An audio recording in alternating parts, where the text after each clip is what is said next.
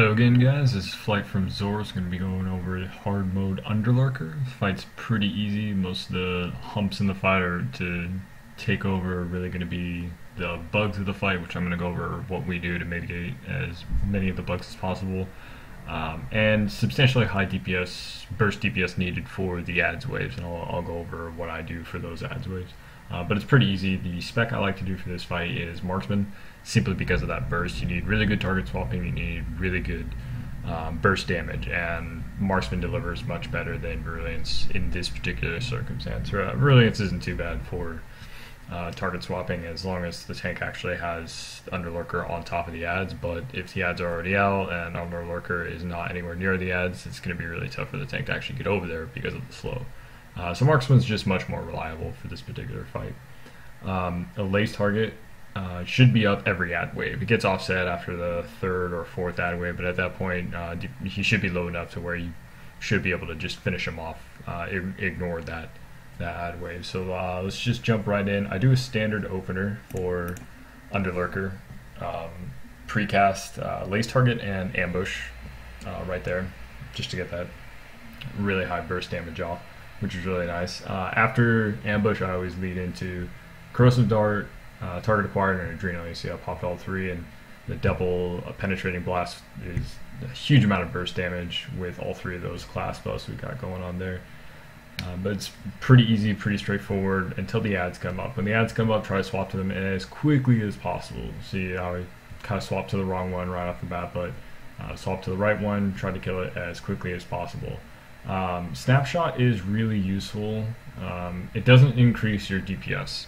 I know a lot of people do think that snapshot actually does increase your DPS, but it doesn't. It still costs a global cooldown.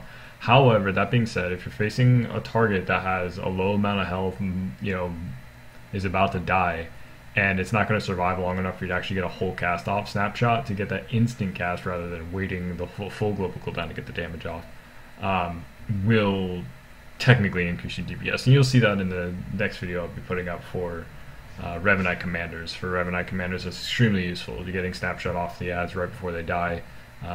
Makes you get that last hit as opposed to anybody else. This is a little bit of scumbag, but I mean it's DPS. Any DPS is good DPS. So next ad wave comes along, pretty easy. You just switch as quickly as possible and kill it. Sometimes to get as much burst damage as possible, you can actually skip follow through.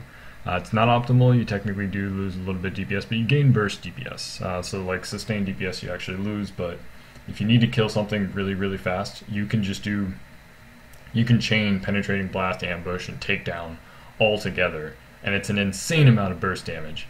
But you end up, offsetting your rotation a little bit, offsetting your energy, so it lowers your sustain in the long term. But if you really need to kill something really quick, you can skip those follow through global cooldowns just to kill something really quick. Yep. Third ad wave coming along. I'm not sure what Underlurker is at. I think he's probably around 40% or so.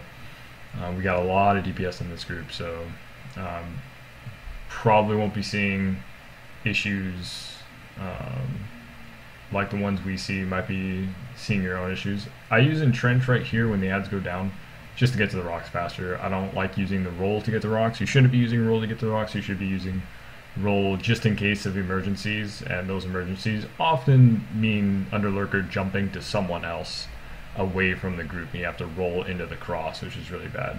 But 90% of the time when we do this strat, he jumps straight to the group when we have the cross going, which is how we do the fight. We have everyone behind the same rock. They get knocked back, and just fine. Here he's at 14% ad spawn. We just burn boss. It's really simple, really easy, lots of DPS. Anything higher than 20% is going to be a little tough to actually bring him down in one ad wave, so you might actually have to burn cooldowns to get to the rocks while the ads are out, which is kind of tough. Then just mop up ads, and it's GG. Really easy fight. If you have any questions, comments, concerns, suggestions, by no means am I the best sniper. In fact, this is one of my worst fights. If you go over to Parsley, one of the lower DPS, sniper DPS for this particular fight, even though I carry really high parses on pretty much any other fight. This one I suffer quite a bit. A lot of people do engineering for this fight. I think it's kind of cheesy.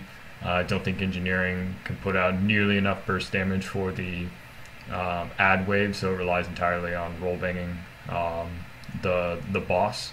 So you are hurting the raid. You kind of shift the responsibility, the burden of burning the ads as quickly as possible to the rest of the DPS. So I don't recommend doing engineering, especially if this is your first time doing the fight or first time clearing it with your guild. But there are other people doing much better than I do. But this is what I do in the fight. So if you have any suggestions, comments, concerns, anything like that, put it in the video comments, and yeah, that's pretty much it.